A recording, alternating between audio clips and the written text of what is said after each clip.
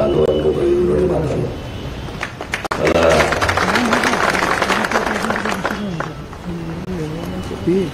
मला प्रत्येक भाषणात दडपण दिसतो आणि खूप दडपण येतं. म्हणजे मला जर तुम्हाला सांगितलं तर तुमचा विश्वास बसणार नाही कदाचित, पण मला जेव्हा कधी माझं भाषण असतं त्यावेळेला माझा अख्खा दिवस, माझा काय सांगू तुम्हाला, माझ्या हातापायाला घाम फुटलेला असतो, माझे हातपाय थंड पडलेले असतात आणि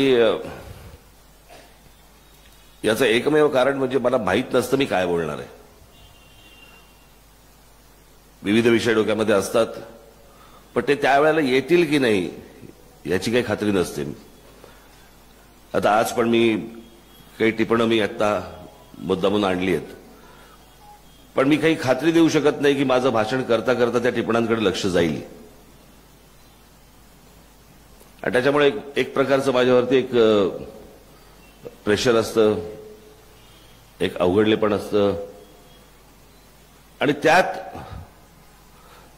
पुण्यात येऊन तुमच्यासारख्या प्रेक्षकांसमोर बोलणं हे जरा अजून जरा थोडंसं भीतीदायक असतं.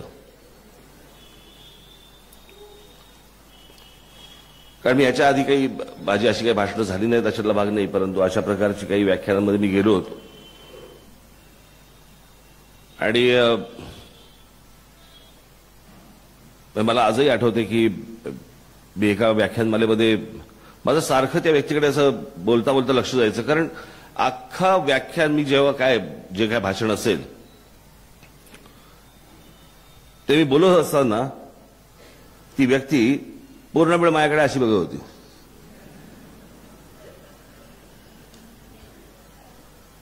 एक सूत इकडचं तिकडे हललं नाही. बरं मला कळेना की मी बोलतोय हे पटतंय नाही पटत आहे, बरं काहीतरी प्रतिक्रिया द्या.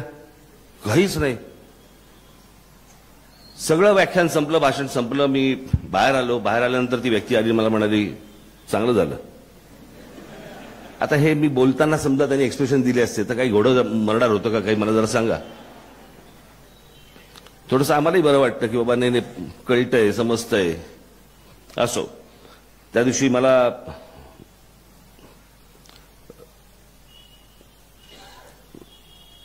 फोन आला, मला सांगितलं, आमच्या अनिल शिदोरेंनी मला सांगितलं की असंच आहे आणि ते तुमचं व्याख्यान ठेवू इच्छितात. मला खरं सांगतो, मला भाषण आणि व्याख्यानमधला फारसा फरक कळत नाही. मी त्यांना विचारलं, म्हटलं काय फरक काय असतो. बहुधा व्याख्यान हे सभ्य भाषेत द्यावं लागत असेल, एवढाच फरक असेल असं मला वाटतं.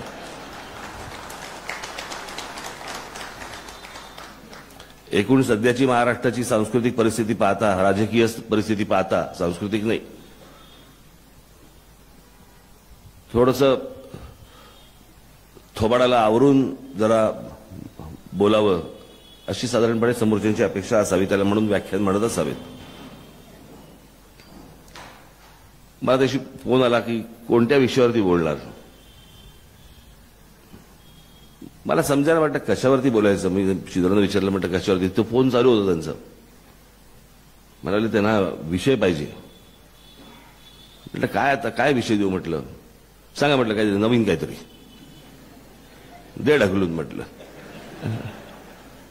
त्या नवीन काहीतरीचा अर्थ नंतर मी जेव्हा घरी पोहोचलो त्याच्यानंतर माझ्या लक्षात आलं, आता काहीतरी नवीन दिलं पाहिजे. ती प्रोसेस नंतर सुरू झाली आहे, असा काही माझ्या मनात विचार नव्हता. पण तो जो विचार आहे तो बरेच दिवस, बरेच महिने माझ्या मनामध्ये घोळतोय. म्हणजे अशा प्रकारे घोळत होता की मला असं वाटत होतं की एखादा पक्षाचा मेळावा घ्यावा, तिथे सर्व टेलिव्हिजन चॅनलच्या लोकांना बोलवावं आणि कदाचित तो विचार बरोबर आहे का चुकीचा आहे का काय आहे, मला असं वाटतं हा काळच ठरवेल. पण ती गोष्ट लोकांपर्यंत जावी, माझ्या महाराष्ट्रातल्या जनतेपर्यंत जावी, घराघरामध्ये जावी, घराघरामध्ये जाऊन त्याचा विचार व्हावा, अशी बरेच दिवस मला ती एक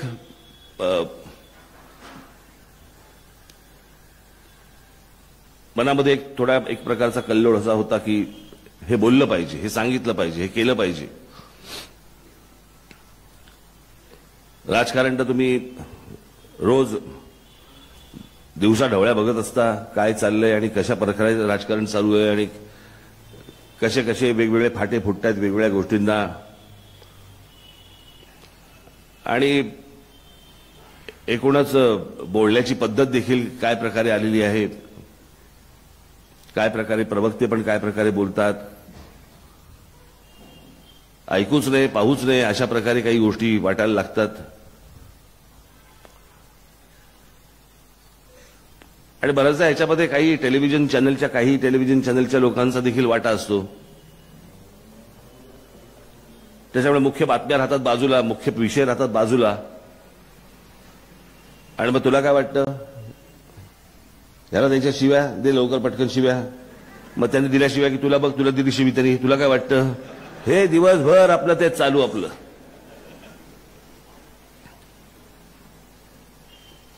पण मला असं वाटतं की या व्यतिरिक्त हा संपूर्ण महाराष्ट्र, बरं महाराष्ट्र आहे तो, इतर कुठचं राज्य नाही आहे.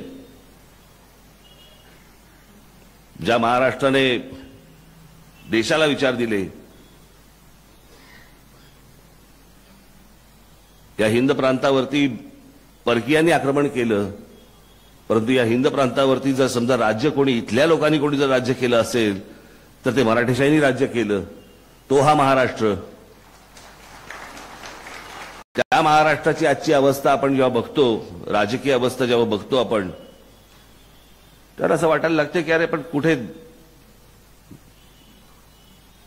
कुठे चाललोय फरफटत आपण, आणि कोणामुळे चाललोय आपण फरफटत.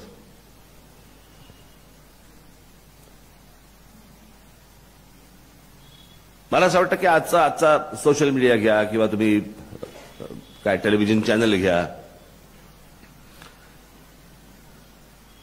कधी कधी मला असं वाटतं की एखादा लेख लिहावा त्याच्यावरती की 95च्या अगोदरचा महाराष्ट्र आणि 95च्या नंतरचा महाराष्ट्र, 1995च्या आधीचा महाराष्ट्र आणि 1995 नंतरचा महाराष्ट्र. 1995 नंतरचा जो महाराष्ट्र आहे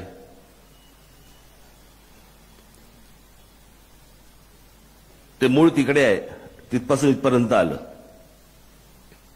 त्याच्या आधी काही नव्हतं, शांतता होती. आज अनेक वर्ष तुम्ही पुण्यामध्ये राहणारे अनेक लोक आहात, तुम्ही काढून बघा 95च्या अगोदरचं पुणे काय होतं आणि 95च्या नंतरचं पुणे काय झाले. आज पुणे तर 4 पुणे झालेत.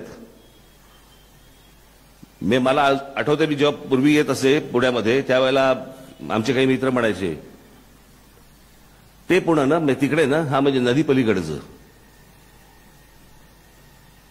एवढीच परिभाषा होती ती. आता हिंजवडी काय आणि तो मगरपट्टा काय आणि कुठच्या कुठे कसं पसरलंय पुणे. बरं, मी गेली अनेक वर्ष येऊन पुण्यामध्ये मी सांगत आलो, माझ्या भाषणांमधून सांगत आलो, डॉक्युमेंटेशन त्याचं असेल की नाही मला माहिती नाही, की मुंबई बर्बाद व्हायला काही काळ गेला, पुणे बर्बाद व्हायला वेळ नाही लागणार. तो जो वेग आहे ना, वेग, तो मला असं वाटतं आपल्या आयुष्यामध्ये आला. मला तरी अजूनही आठवतंय की टेलिव्हिजनवरती पाहत असताना, तुम्हाला माझ्या वयाचे अनेक लोक असतील, माझ्यापेक्षा थोडेसे वयाने पण मोठे लोक असतील अनेक, की आपल्या आयुष्यात खऱ्या अर्थाने जर वेग कोणी दिला, डोळ्यांना कानाला जर वेग कोणी दिला असेल तर तुम्ही आठवून बघा, एमटीव्ही नावाचं एक चॅनल आलं होतं आणि त्या एमटीव्ही मध्ये एक फ्रेम सरळ दाखवायची नाहीत. इतकं ते फास्ट एडिटिंग असायचं की आपल्याला असं वाटायचं अरे धड नीट दाखव तरी. याचं कारण आपण ज्या प्रकारचं बघत आलो होतो, ज्या प्रकारचं ऐकत आलो होतो, त्याच्यामध्ये तो एमटीव्ही हा एक वेगळ्या प्रकारची गोष्ट घेऊन आला होता. कालांतराने त्या वेगाबरोबर आपण आतमध्ये शिरलो आणि त्या वेगाला आपण बरोबर घेऊन पुढे आलो. त्या वेगाने फरफटत आजपर्यंत इथपर्यंत आपल्याला आणलेलं आहे. त्याच्यामुळे त्या सगळ्या अख्ख्या वेगामध्ये, त्या सगळ्या युगामध्ये, त्या सगळ्या काळामध्ये चित्रपट बदलले, नाटक बदललं, साहित्य बदललं, बदल हा गरजेचा असतो हे मला मान्य आहे, पण तो बदल जर समजा आपल्या जीवावरती उठणार असेल तर तो बदल काय करायचा?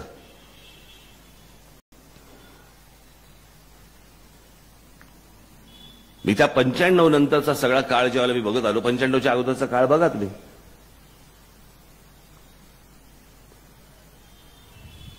सगळ्या चळवळी, सर्व राजकीय पक्ष, सगळे लोक हे उच्च मध्यमवर्गीय आणि मध्यमवर्गीयांच्या हातामध्ये सगळ्या गोष्टी होत्या आणि ते श्रीमंत आणि गरीब यांच्यामधला एक तो दुवा होता, त्यांच्यामधला एक तो ब्रिज होता. 95च्या नंतर आपण जर समजा बघितलं तर हा सगळा वर्ग, ह्यांची मुलं सगळी परदेशामध्ये जायला लागली, हे सगळे डिटॅच व्हायला लागले, राजकारणापासून सगळे दूर व्हायला लागले. नको ते राजकारण, आम्हाला जायचंच नाही तिकडे.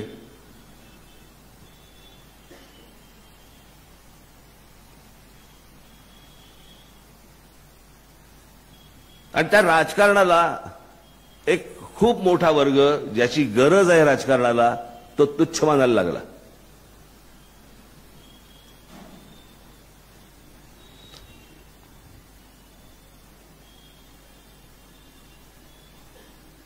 श्रीमंत, उच्च मध्यमवर्गीय, मध्यम, मी नुसतीच फोड करत नाही,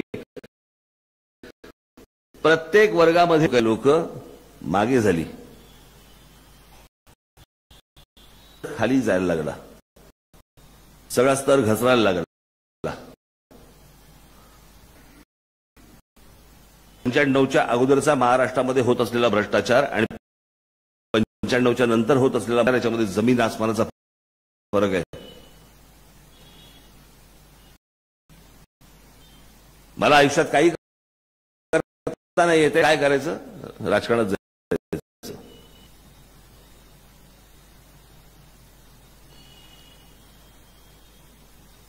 आणि या ठिकाणी मी जेव्हा विचार करू, शिक्षित असून चालणार नाहीये ना, त्या सुशासनाला पाहिजे. जर समजा आपल्यामध्ये नसेल तर नुसतं सुशिक्षित असून काही उपयोगाचं नाहीये. आपल्याला का हा प्रश्न देखील आपल्या मनाला विचारावंसं वाटत नाही आणि आपण दर वेळेला म्हणतो जाऊ दे ना, मरू दे ना, आपल्याला काय करायचं त्याशी, आपल्याला काय करायचंय?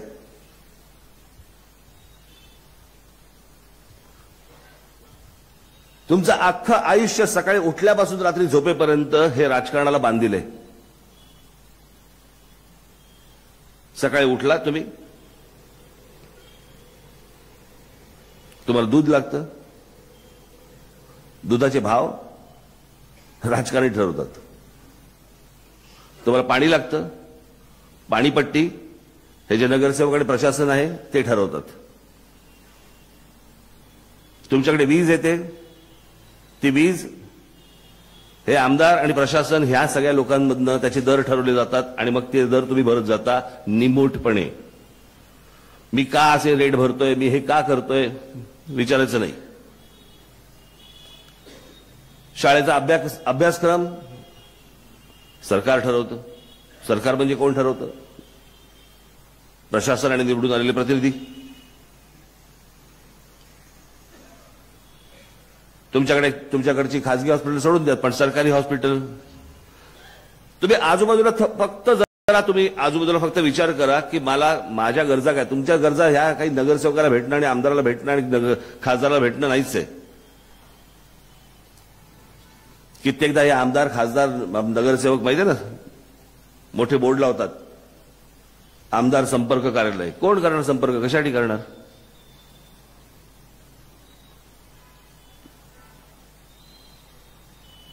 याचं कारण जे समोर पदरात पडतंय ते निमूटपणे तुम्ही सहन करतात. का ही गोष्टच विचारायला पुढे जात नाही यात. ते राजकारण गलिच्छ आहे, ते सगळं भ्रष्टाचारांचं आहे, ते राजकारण.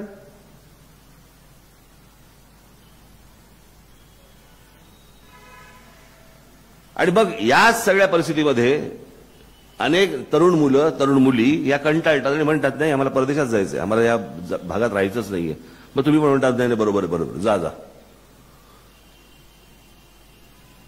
पण तुमचं शांत राहणं, याच्यामध्ये तुमचं गप्प राहणं, तुमचं सहकार्य याच्यामध्ये नसणं, तुमची इन्व्हॉल्वमेंट या भागामध्ये किंवा राजकारणामध्ये नसणं, याने आपल्या आजूबाजूचा परिसर हा बर्बाद होतोय, आपल्या आजूबाजूचं वातावरण हे बर्बाद होतंय, हे तुम्ही फक्त निमूटपणे उघड्या डोळ्याने आपण फक्त पाहतो आहोत.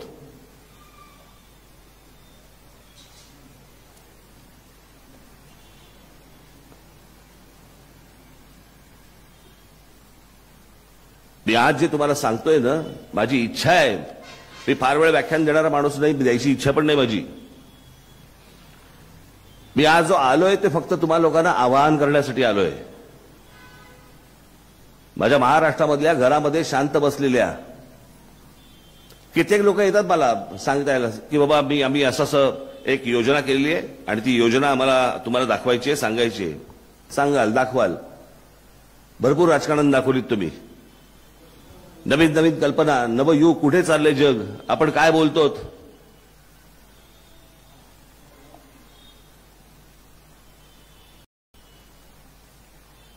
मुंबईमध्ये काही तुम्हाला आठवत असेल, इथे मला पुण्यामधली कल्पना नाहीये, मुंबईमध्ये स्कायवॉक बांधले होते, माहिती तुम्हाला. लोकांना असे चालण्यासाठी स्कायवॉक बांधले होते. हजारो कोटी रुपये खर्च केले त्याच्यावरती, कोणीही त्याच्यावरती चाललं नाही. आता ते स्कायवॉक काढून टाकले, हजारो कोटी रुपये गेले. आम्ही कधीच विचारलं नाही की अरे बांधलेत का आणि काढलेत का, कोणी विचारलंच नाहीये. आज तीच परिस्थिती आहे. आज पुण्यामध्ये मेट्रो सारखी परिस्थिती आहे. मेट्रो बांधलेली आहे, मेट्रोची गरज आहे लांब पल्ल्यासाठी. तुम्हाला एकेका शहराची एक मानसिकता असते, त्याप्रमाणे मला असं वाटतं ते शहर घडवलं पाहिजे, उभं केलं पाहिजे. या शहराची मानसिकता काय आहे? या शहराची म्हणजे काय, पुण्याची काय, नागपूरची काय? मारली किक, वा गेला दरवाजात, तिथून निघाला घरी, तिथून निघाला. कित्येकदा मला तर असं वाटतं की एक जण बाहेर समोरून गेला होता, इतक्या वेगाने गेला की जवळपास शूमाकरचा बाप असावा या लेवलला गेला. आणि कुठेतरी वैशालीत का कुठेतरी अजून कॉफी प्यायला. कसली घाई होती. परंतु आपल्याकडचं जर समजा पुण्यामधलं जर समजा एक काय म्हणतो त्याला कल्चर म्हटलं तर एक टू व्हीलरचा कल्चर आहे. प्रत्येक मुलाला वाटतं की माझ्याकडे 2 चाकी असावी, प्रत्येक मुलीला वाटतं 2 चाकी असावी. पूर्वीच्या इतिहास काळामध्ये जसे शेले बांधायचे आणि घोड्यावर टाकून निघायचे, तसं पुण्यामध्ये पण होतं नाही का. असा तोंडावर मारला शेला, लावली केक की निघाले. पण जिथे 2 टू व्हीलरची मानसिकता आहे, ती व्यक्ती तो जिना चढून त्या मेट्रोमध्ये चढणार, तिथून तो प्रवास करणार, तिथून ती खाली येणार, मग तिथून त्या कुठच्यातरी जागेत जाणार. त्यापेक्षा तो म्हणतो मला 2 टू व्हीलर बरी पडते. हे बदलायला वेळ लागेल. ते बदलायच्या अगोदरच आपण एवढा खर्च करून ठेवतो की त्याच्यामध्ये अनेकदा मेट्रो या रिकाम्या जातात.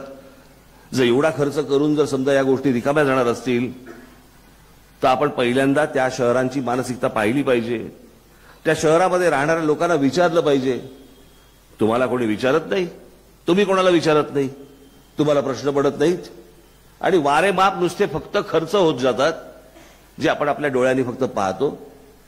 कारण आपण विचारतच नाही की हे का चाललंय, हे कशासाठी चाललंय.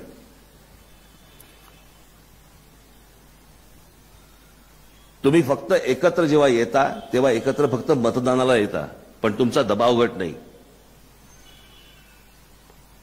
तुम्हाला प्रत्यक्ष राजकारण यावं असं वाटत नाही. अनेक सामाजिक गोष्टी असतात ज्या राजकारणाला बांधील असतात, पण त्या कराव्याशा वाटत नाहीत किंवा करत असाल. पण त्याच्या मी तुम्हाला सांगतो, माझ्याकडे हे अनिल शिदोरे सामाजिक संस्थेमध्ये काम करायचे, आजही करतात. माझ्या पक्ष स्थापनेच्या वेळेला ते मला एकदा भेटले. म्हटलं काय करता? ते बोले माझी मैत्री नावाची एक संस्था आहे आणि आम्ही ते चालवतो. मेळघाटामध्ये आम्ही आदिवासींमध्ये काम करतो वगैरे वगैरे. मग बोलता बोलता मी त्यांना सांगितलं, म्हटलं शिदोरेजी, म्हटलं एक गोष्ट लक्षात घ्या, कितीही सामाजिक काम करा, त्या सामाजिक कामाला जोपर्यंत राजकीय धार जोपर्यंत येत नाही तोपर्यंत ते सामाजिक काम पुढे जाऊ शकणार नाही. मी तुम्हाला सांगतो, माझ्याकडे एके दिवशी बाबा आमटेंचे नातू आले होते. मी नाव विसरलो त्यांचं.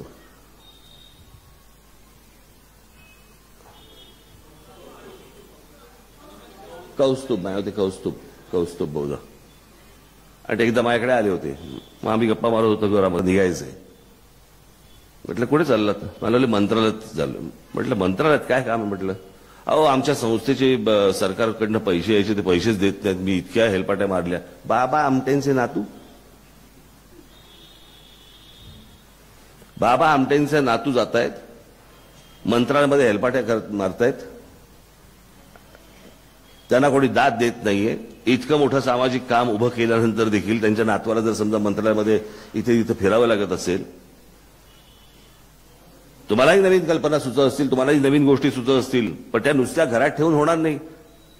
म्हणून मी तुम्हाला सांगितलं ना की या सगळ्या याच्यामध्ये मी त्याला पण सांगितलं होतं की हे तुम्ही स्वतः राजकारणामध्ये आल्याशिवाय, तुम्हाला तुमचं अस्तित्व उभं केल्याशिवाय काहीही घडणार नाही.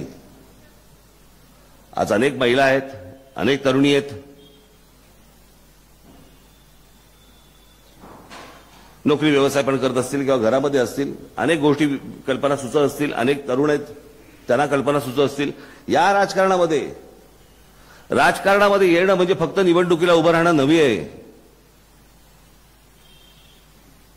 की आपण आलोय म्हणजे आता निवडणुकीला उभे राहिलं पाहिजे, किंवा ते तर झालं तर आनंदच आहे, पण त्याच्यामध्ये तुम्हाला पेशन्स पण खूप ठेवायला लागतो.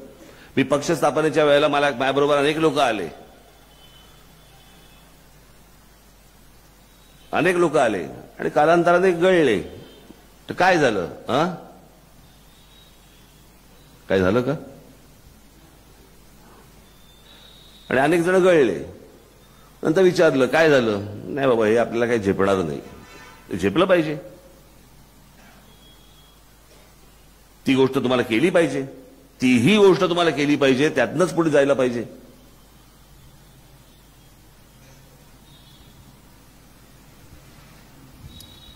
मी मुळात सांगतो, हे राजकारण वाईट नाही.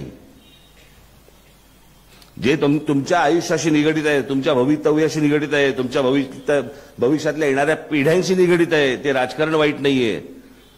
राजकारण नासवलं जातंय, राजकारण चुकीच्या लोकांच्या हातात पडतंय. जो महाराष्ट्र, इतका सुसंस्कृत महाराष्ट्र ज्याला आपण आजपर्यंत म्हणत आलो किंवा म्हणतो, तो जर बाकीच्या उत्तरेतल्या काही राज्यांप्रमाणे, यूपी आणि बिहार प्रमाणे जर समजा असाच प्रकारे जर जातीपातीमध्ये आणि बर्बाद व्हायला लागला, कुठे घेऊन जाणार होत आपण हे राज्य? हे इतकं चांगलं, सुंदर, इतकं सुसंस्कृत राज्य की ज्या राज्यामध्ये बाहेरची लोक येतात की नको ते आम्हाला राज्य. त्या दिवशी आपले कोण म्हणाले, राज्यपाल कोश्यारी नाही का म्हणाले की म्हणे महाराष्ट्रामधले गुजराती आणि मारवाडी जर समजा परत निघून गेले तर महाराष्ट्र काय करेल? अहो, मुळात पहिल्यांदा ते गुजराती मारवाडी त्यांच्या इथे काही होत नाही म्हणून महाराष्ट्रात आले ना.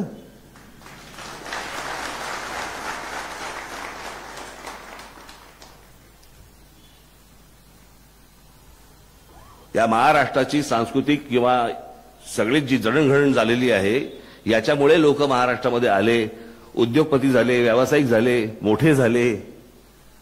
त्यांना आपापलं राज्य सोडून, मला सांगा ना, आता अमिताभ बच्चन जर समजा अलाहाबादला असते काय झालं असं त्यांचं आतापर्यंत?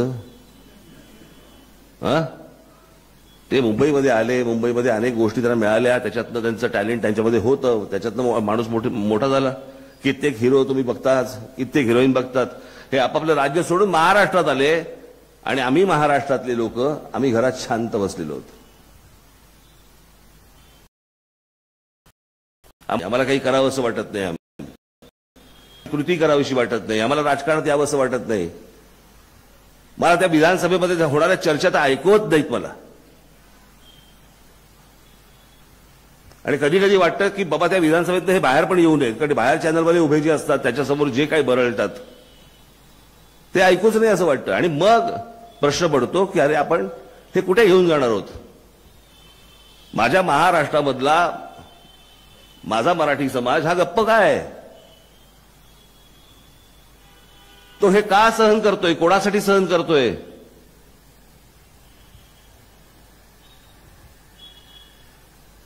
हे एवढंच आवाहन करण्यासाठी म्हणून मी आज तुमच्या समोर आलो. मला व्याख्यान द्यायचं, मला समजत नाही मला व्याख्यान कसं देतात ते. माझ्या मनामधली जी तळमळ आहे, माझ्या मनामधली जी काही मला राग आहे इतर गोष्टींबद्दलचा, ही गोष्ट होत का नाहीये?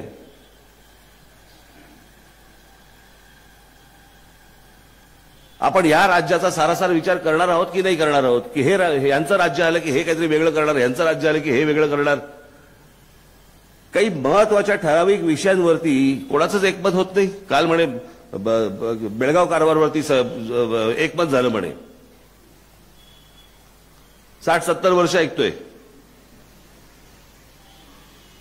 पण पाण्याचं नियोजन असेल, शिक्षण असेल, आरोग्य असेल, अशा अनेक विविध गोष्टी आहेत. तुमच्या इन्फ्रास्ट्रक्चर असेल, तुमचं पायाभूत सुविधा असतील. आज पुणे वाढतंय, वाढलेलं आहे. एका शहराला साधारणपणे एका शहराला लोकसंख्येप्रमाणे जर विचार केला तर 15% रस्ते लागतात. मी जी माहिती घेतली त्याप्रमाणे पुण्याच्या लोकसंख्येप्रमाणे जर बघायला गेलं तर पुण्यामध्ये काहीतरी 8 का 9% रस्ते आहेत. एके दिवशी घरातनं निघाल आणि तिकडेच असाल, पुढे हलताच येणार नाही.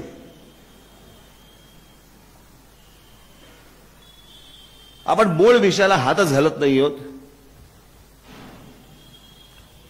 आणि वारेमाप भलत्या गोष्टींवरती आपण खर्च करतो आहोत. आपण मेट्रोवरती खर्च करतो आहोत, आपण फ्लायओव्हर्स बांधतो आहोत, आपण ब्रिजेस बांधतो आहोत.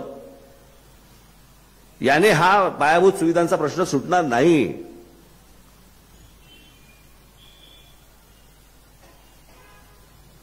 जोपर्यंत व्हेइकल्सवरती, मोटर गाड्यांवरती जोपर्यंत बंधनं येत नाहीत तोपर्यंत हे प्रश्न जगात सुटलेले नाहीत.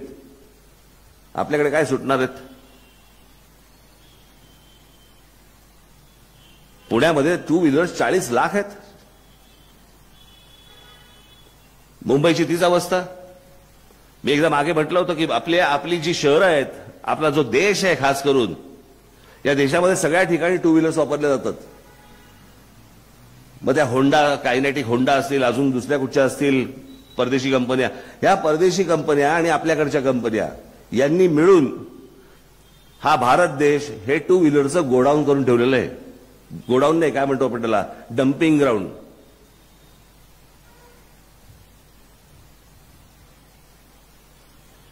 आणि प्रत्येक जण ज्या वेळेला आपापली गाडी घेतो त्यावेळेला वैयक्तिक विचार करतो की मला माझी गरज आहे. गरज असतेच प्रत्येकाला. आणि जर समजा वाहनं वाढणार असतील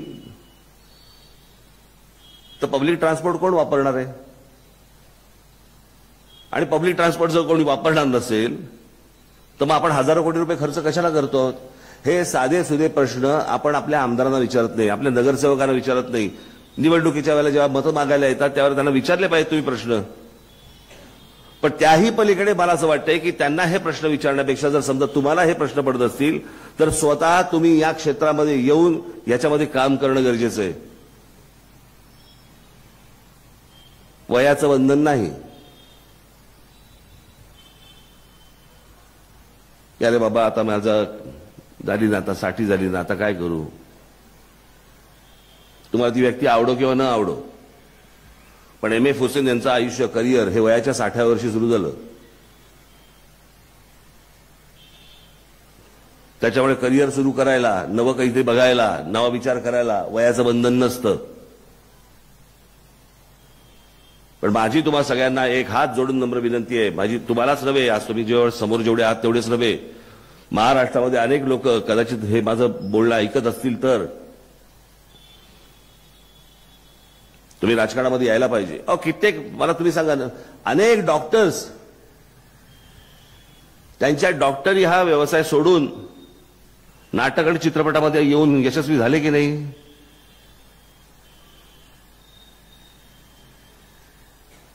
डॉक्टर मोहन आगाशे असतील, डॉक्टर श्रीराम लागू असतील, अनेक लोक असतील, काशीनाथ घाणेकर असतील, की जे स्वतः डॉक्टर होते. ती डॉक्टरी व्यवसाय सोडला, नाटक क्षेत्रात आले, चित्रपट क्षेत्रात आले आणि यशस्वी झाले.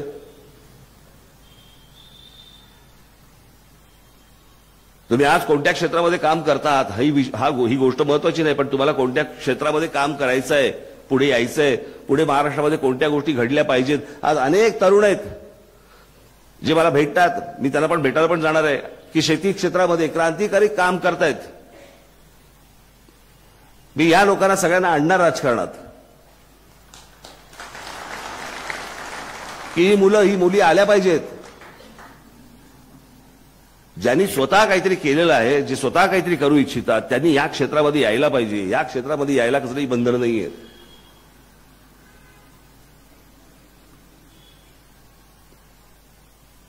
आणि वारसा बिरसा लागतोय, झूट आहे सगळं. कळलं का? हे वारशी बिरशी असं काही नसतं. तुम्ही एखादी गोष्ट, तुम्ही एखादा तुमचा मुलगा मुलगी कोणालाही तुम्ही आणू शकता, लादू नाही शकत. काही जण प्रयत्न करतात,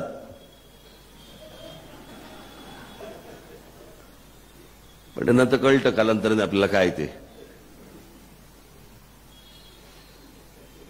पण मला असं वाटतं की अशा अनेक जण ज्यांचा कोणत्याही प्रकारचा राजकीय वारसा नाही, अशा अनेक लोक राजकारणामध्ये यशस्वी झालेले आहेत. आज अनेक वकील हे राजकारणामध्ये येऊन यशस्वी झालेले आहेत. वेगवेगळ्या क्षेत्रामधली माणसं आज या क्षेत्रामध्ये येऊन त्यांनी काहीतरी क्रांती केली, बदल केले, मोठं काहीतरी केलंय. मला तुम्हाला फक्त एवढंच सांगणं आहे, नुसते घरात बसून राहू नका.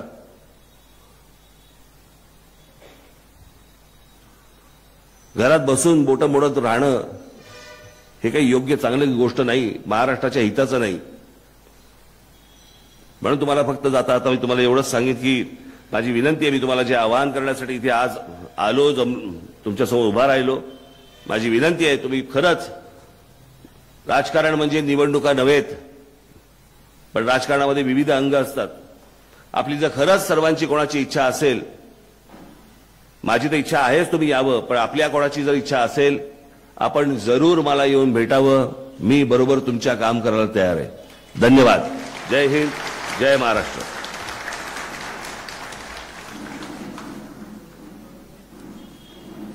बघितलं, माझं लक्ष पण नाही केलं त्याच्या पेपरकडे. कोणी आहेत की नाही संयोग आयोजक?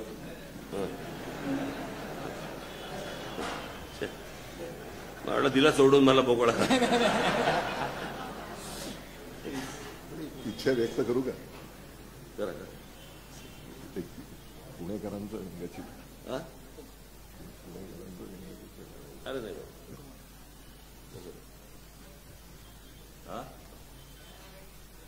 प्रश्न विचारायचे, काही लोक पत्रकारांना प्रश्न विचारायचे. कोणाला? कोण आहेत प्रश्न विचारणारे असं विचारताय? पत्रकार नाही, सामान्य प्रेक्षकांपैकी कुणाला, श्रोत्यांपैकी असतील तर पुढे या. सामान्य माणसांनी पुढे या.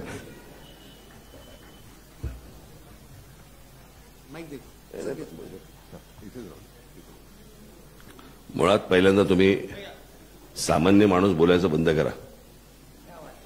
कळलं का? हॅलो. कोणी ठरवलं तुम्ही सामान्य आहात? हॅलो. अच्छा, तुम्ही विचारलं.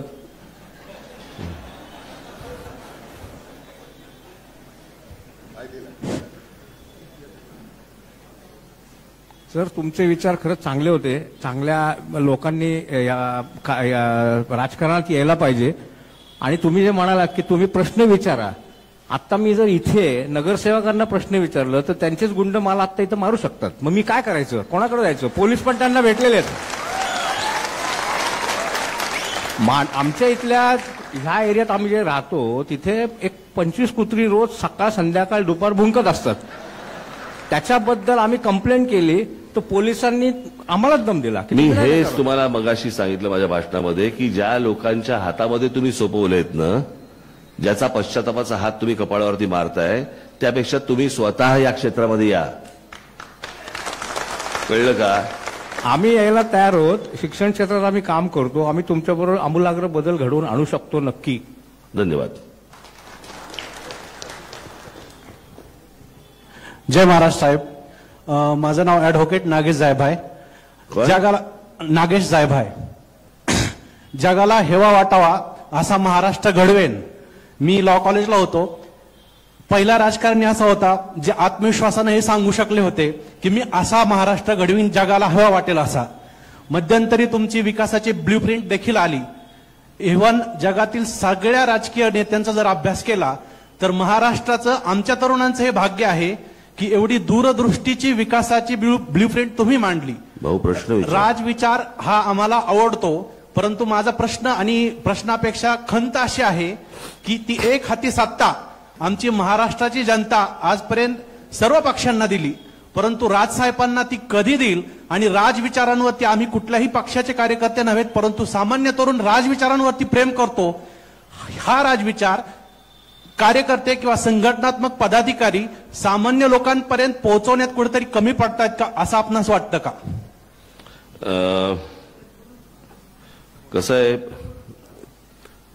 अनेकदा यशाला उत्तर नसतं आणि पराभवालाही उत्तर नसतं. 2014 साली ज्यावेळेला नरेंद्र मोदी पंतप्रधान झाले आणि ज्यावेळेला इतक्या मोठ्या प्रमाणावरती ज्यावेळेला खासदार भारतीय जनता पक्षाचे निवडून आले आणि बहुमत ज्यावेळेला हातामध्ये आलं, त्यावेळेला भारतीय जनता पक्षाचा कार्यकर्ता हा घराघरामध्ये जाऊन त्यांनी पटवलं होतं लोकांना, असं नव्हतं. एक व्यक्ती असते आणि मला असं वाटतं की त्या व्यक्तीच्या वरती लोक विचार करून मतदान करतात. माणसं काम करत असतात, माणसं जात असतात, पोचत असतात. परंतु कसं होतं की ज्यावेळेला एखादा यश ज्यावेळेला मिळतं एखाद्या राजकीय पक्षाला, त्यावेळेला सगळ्यांना असं वाटतं की सगळे घरपर्यंत पोचलेले आहेत, घरपर्यंत ती व्यक्ती पोचलेली असते. आजही अनेक लोकांनी, यांच्यापैकी अनेक लोकांनी नरेंद्र मोदींकडे बघून इथल्या खासदाराकडे आणि आमदाराकडे मतदान केलं असेल.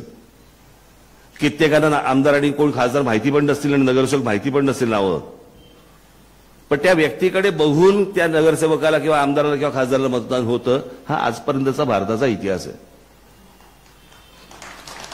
मला असं वाटतं, मी जर पटत असेल तर साधा माझ्याकडे तर बघा.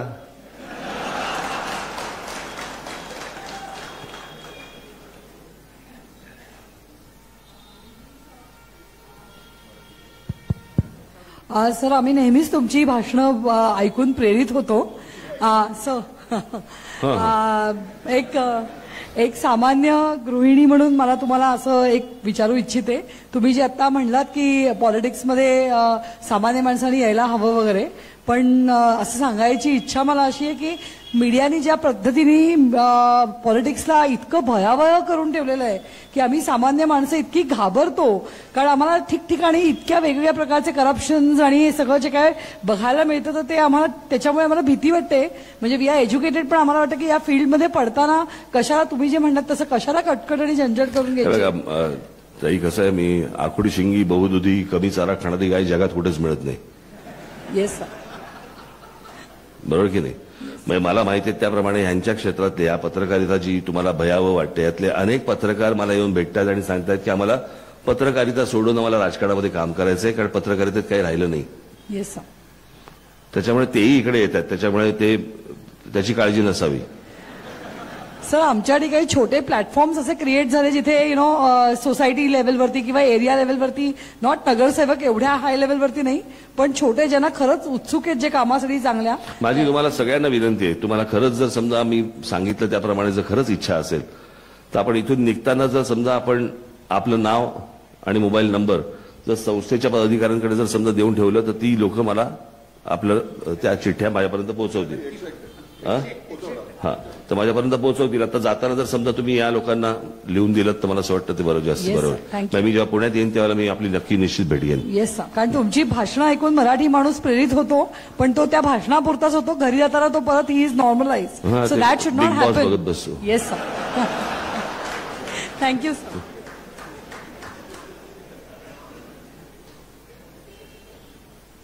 हॅलो, जय महाराष्ट्र सर.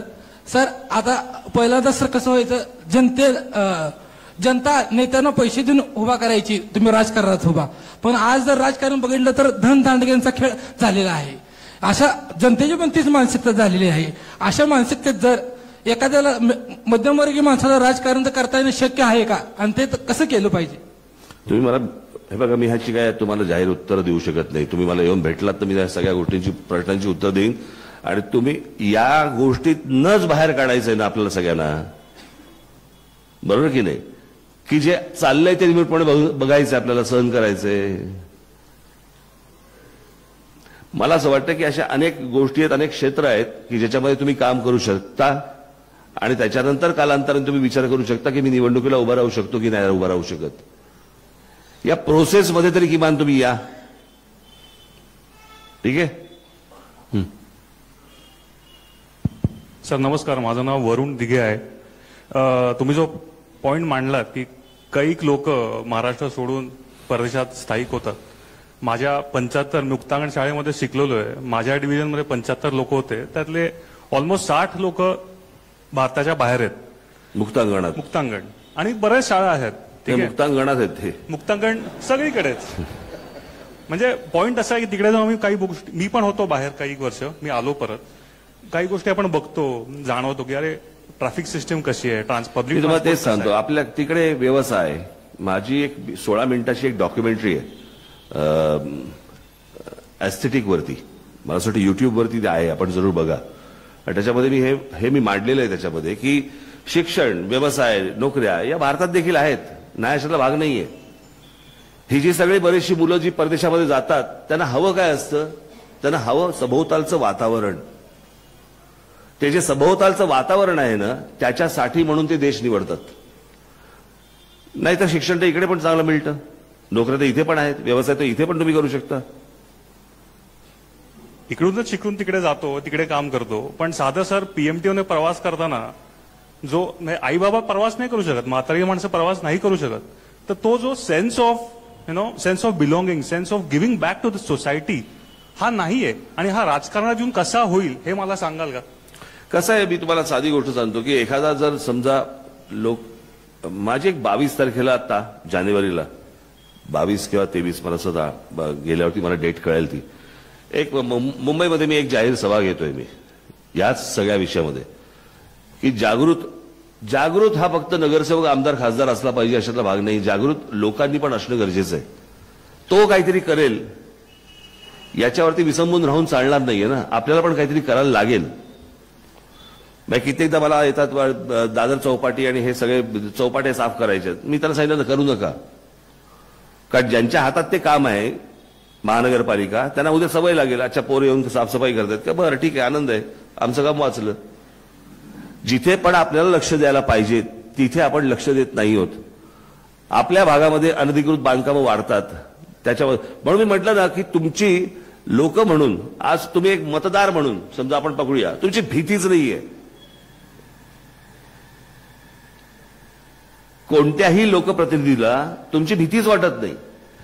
आणि भीती न वाटण्याचं कारण त्यांना माहिती आहे की हे कुठच्या ना कुठच्या विचारांसाठी, कुठच्या ना कुठच्या पक्षासाठी बांधील आहेत, येऊन आपल्यालाच मतदान करणार. त्याच्यामुळे आपण जसे आहोत तसे कसंही वागलं तरी चालेल. या सगळ्या गोष्टींमधनं हे पुढचं सगळं घडतं. तुम्ही स्वतः जर जोपर्यंत इनिशिएटिव्ह घेत नाही, तुम्ही स्वतः जोपर्यंत रस्त्यावरती येत नाही, तोपर्यंत ही गोष्ट होणार नाही. आणि तुम्हाला जर समजा या गोष्टींमध्ये बदल, मला असं वाटतं तुमचं वय किती, काय मला 36 वर्ष, तुम्ही तर यायला पाहिजे. ज्याच्या आत पोटात आग आहे ना काहीतरी करून दाखवायची, मला असल्या तरुणांची गरज आहे की तुम्ही लोक यायला पाहिजेत. मार्ग मिळतील, मार्ग आहेत, 100% मार्ग आहेत. पण त्या गोष्टीमध्ये तुमच्याकडनं पण सातत्य पाहिजे की बाबा मला नाही झेपणार, बाबा मला नाही कळणार, मला हे कळतच नाही, मला हे समजतच नाही. समजून घ्या. सर काही मॉडेल्स आहेत, काही मित्र आहेत ज्यांनी तयार केली आहेत की रस्त्यावरती सिग्नल कसा हवा, झेब्रा क्रॉसिंग कसा हवा.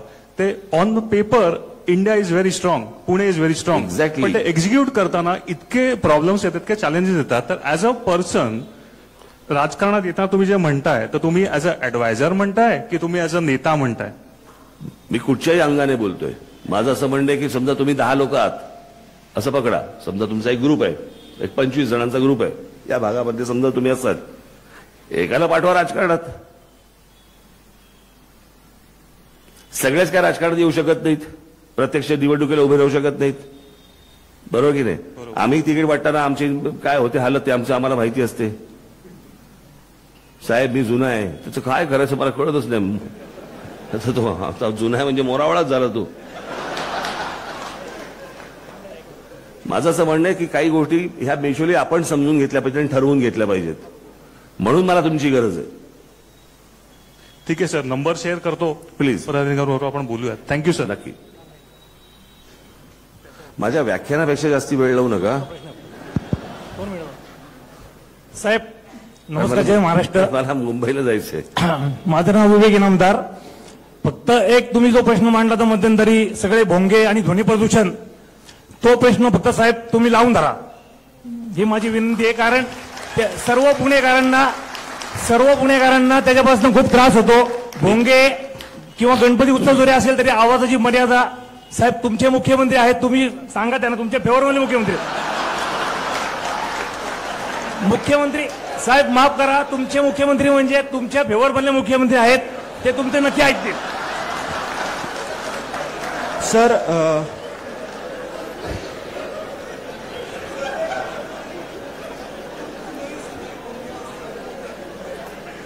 मी या भोंग्यांसंदर्भामध्ये मी ज्यावेळेला हे आंदोलन सुरू केलं त्यावेळेला त्या भोंग्यांच्या संदर्भातल्या आंदोलनामध्ये तुम्ही जर समजा माझं नीट ऐकलं ते भाषण किंवा त्याच्यानंतरचं माझं आलेलं निवेदन जर समजा तुम्ही ऐकलं तर माझी इच्छा आहे की हे एका राजकीय पक्षाचं काम नव्हे, फक्त हे तुमच्यासारख्या लोकांचं देखील काम आहे की ज्याच्यामध्ये तुम्ही जर समजा अशा प्रकारे मशिदीवरती भोंगा वाजत असेल तर तुम्ही पोलीस कंप्लेंट करायची आहे. पूर्ण होऊन देत माझं. पोलीस कंप्लेंट करायची आहे. पोलिसांनी जर समजा ती गोष्ट ऐकली नाही तर कंटेम्प्ट ऑफ कोर्ट पोलिसांवरती होऊ शकतं. त्या पोलीस अधिकाऱ्यावरती कारवाई, त्याच्यावरती सगळी इन्क्वायरी लागू शकते की त्यांनी ही गोष्ट केली नाही तर. आमच्या अनेक लोकांनी, पक्षातल्या असेल किंवा माझ्या परिचित असलेल्या अनेक लोकांनी पोलीस स्टेशनला जाऊन तक्रारी केलेल्या आहेत. अनेक ठिकाणी जे त्यांना असं वाटलं सगळं शांत झालं आणि परत सगळ्यांनी सुरू केले भोंगे वगैरे, ते परत सगळे बंद झाले. माझं मुंबईच्या पण पोलीस कमिशनरांशी पण बोलणं झालं. त्यांनी सांगितलं अशा ठिकाणी कुठे होत असेल तर तिकडे पहिल्यांदा पोलीस स्टेशनला कंप्लेंट करा, त्याची एक कॉपी मला पाठवा. आमच्या इकडे माहीमला पण परत सुरू झालं होतं, परत कंप्लेंट केल्या, आता बंद झालं. मला काय आहे हे, मी त्या आंदोलनाच्या वेळेला मी एक गोष्ट बोललो होतो की हे आंदोलन एका दिवसाचं आंदोलन नाही आहे. या आंदोलनाला सातत्य हवं. ते सातत्य आमच्याकडून तर आहेच, पण मला असं वाटतं तुमच्याकडून पण हवं ना, तरच ती गोष्ट होऊ शकेल. आता मी जानेवारीमध्ये अजून एक काही गोष्ट मांडणार आहे, ती पण बघा आणि ऐका. मला मुंबईला जायचं रे बाबा. सर एकच प्रश्न. सौरभ भोसले सर माझं नाव. सर तरुणांनी राजकारणात यावं ही गोष्ट बरोबर आहे सर, परंतु आज तरुणांना इंटरेस्टच नाही राहिलेला की राजकारणाविषयी थोडी पण गोष्ट बोलायची किंवा हे पण 70% तरी विद्यार्थ्यांना या गोष्टीमध्ये कोणताही रस नाहीये. आणि दुसरी गोष्ट, घरच्यांना कसं कन्व्हिन्स करायचं सर की बाबा मी त्या क्षेत्रामध्ये व्यवस्थित काम करल आणि सुखरूपपणे काम करू शकाल, हा सगळ्यात महत्वाचा मुद्दा आहे. सुखरूपपणे. हा सर, कारण कोणत्याही गोष्टीमध्ये एखादी चळवळ जरी उभी करायची म्हटलं तरी देखील तशी परिस्थिती राहिलेली नाही की कॉलेजमध्ये जसं 91च्या अगोदर निवडणुका होत होत्या किंवा त्या माध्यमातून वेगवेगळे प्रश्न मांडले जातात. कुठचंही क्षेत्र आहे ना, तुम्ही उद्या कुठच्याही क्षेत्रामध्ये गेलात तरी कुठचंही क्षेत्र हे काही सोपं क्षेत्र नाहीये, बरोबर की नाही. उद्या जर समजा तुम्ही कुठेतरी व्यवसायाला लागलात असं पकडा, आणि समजा तुम्ही असं पकडा की तुम्ही रेस्टॉरंट सुरू केलं आणि तुमच्या एक दिवस लक्षात आलं की तुमचे जे काही कुक आहेत ते पळवले गेले, काय करणार तुम्ही? म्हणजे तुम्ही कुठच्याही क्षेत्रामध्ये गेलात तर अडचणी या येणारच आहेत, त्रास हा होणारच आहे. त्यातनं मार्ग काढून तुम्हाला पुढे जायचंय. मी ज्यावेळेला एक राजकीय पक्ष ज्यावेळेला स्थापन केला, मी राजकीय पक्ष माननीय बाळासाहेब ठाकरे हयात असताना तो पक्ष काढलाय. मी दुसऱ्या कुठच्याही राजकीय पक्षामध्ये नाही गेलो. माझ्या समोर 4 पक्ष होते. हे 4 मोठे पक्ष असताना मी माझा स्वतःचा पक्ष काढलाय. माहित नव्हतं का की त्रास होणार आहे, पण स्वप्न माझं मोठं आहे. मला काय करायचंय महाराष्ट्रासाठी हे जे स्वप्न आहे माझं, हे खूप मोठं आहे. हे इतर 4ही राजकीय पक्षांपेक्षा मोठं आहे, याची मला खात्री आहे.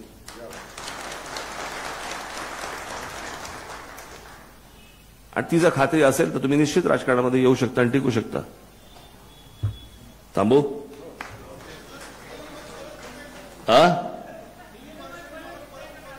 काय